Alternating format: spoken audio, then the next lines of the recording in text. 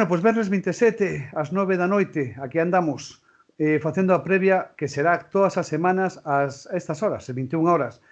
Imos empezar polo partido de ACB Bilbao Breogán. O próximo domingo temos o partido ás 5 da tarde e para elo Ovidio González, especialista do Breogán neste programa.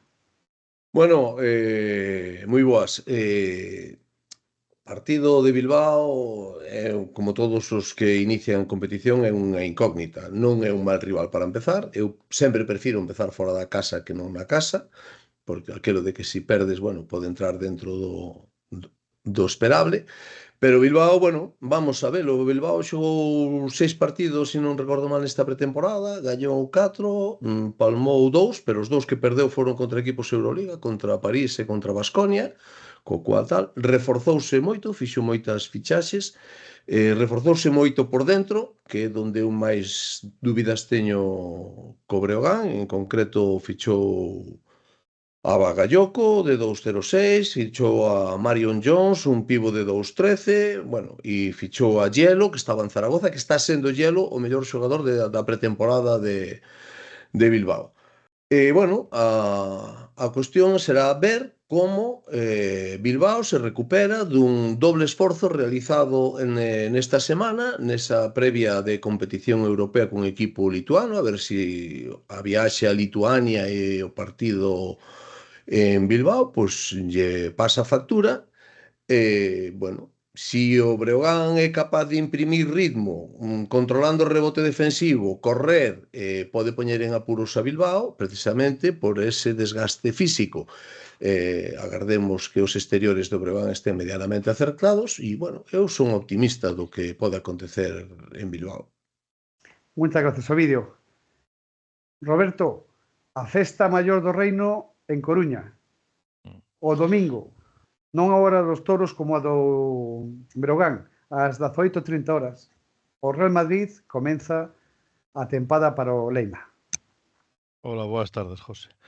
Sí, un partido especial para moitos porque é o primeiro que vai xogar o Leima Coruña na Liga ACB de forma xa oficial e ante un rival como este Madrid.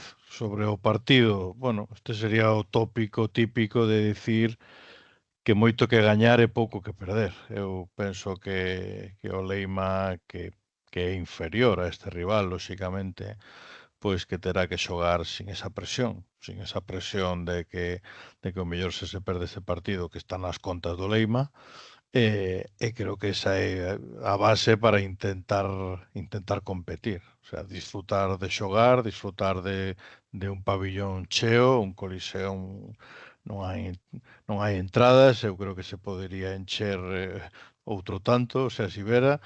Entón, pois hai que disfrutar diso. Sobre o Real Madrid, bueno, é un Real Madrid diferente, ¿no? Aquí noto as baixas de Rudi polas retiradas, de Chacho polas retiradas, xente que era moi importante no Madrid, e logo as baixas por marcha pois, de Vincent Boagá ou de Yabusele, yo que, claro, veñen outros, ven Garuba, que a ver que tal vende despois de estar na NBA 3 anos, e o ano pasado sen xogar moito, a ver como está físicamente, porque ten algúns problemas físicos, a ver como está Sonja, que xa non xogou na final da Supercopa por algunhas dolencias, Ibaka tamén será un home importante para dar esa profundidade despois de Walter Tavares, e logo as armas do Madrid, as que pues, creo que xa as coñecemos todos. Campazzo creo que vai ter unha maior responsabilidade, aínda máis si cabe este ano, eu creo que vai ser máis estrela que nunca deste Madrid, e logo hai que ter pues, moito cuidado con Musa, moito cuidado con Dec, con ese traballo escuro que fai, e logo pois os chispazos que pode ofrecer Jul en calquer intre. Moitas gracias, Roberto. Gracias. Sergio, entramos na categoría de plata. Estudiantes Obradoiro, comenzo 18:30 do domingo e o sábado anteriormente Ourense contra Cartagena. Cal é o teu análise? Bueno, pois o Estudiantes Obradoiro creo que é o partido da xornada, da primeira xornada, e creo o partido máis interesante desta primeira federación. Pois o Obradoiro, imos ver si dá esa imaxe, esa xogo competitivo que vimos na Copa Galicia ante Leima Coruña. Hai moitísima expectación en Santiago para ver o debut do equipo ante un dos favoritos do ascenso. Bueno, é a cantinera que creo que van 4 anos de Estudiantes para conseguir retornar a élite do baloncesto, un Estudiantes que se reforzou con xogadores importantes como a volta de Granger, o Pato Garino, xogadores como Andrich, que estaba en Andorra, Kravitz, Dejan Kravitz, un xogador que estivo, como saben todos, en Obradoiro. En fin, un equipo que dos chamados a estar aí arriba. Por iso digo que Obradoiro viaxa a Madrid cunha gran ilusión, e de gañar en Madrid, pois eu creo que daría un golpe importante na mesa de cara non ao ascenso ni moito menos, senón de cara pois a iniciar a competición con ilusión e con garantías de ver autoridade, non? De autoridade, non?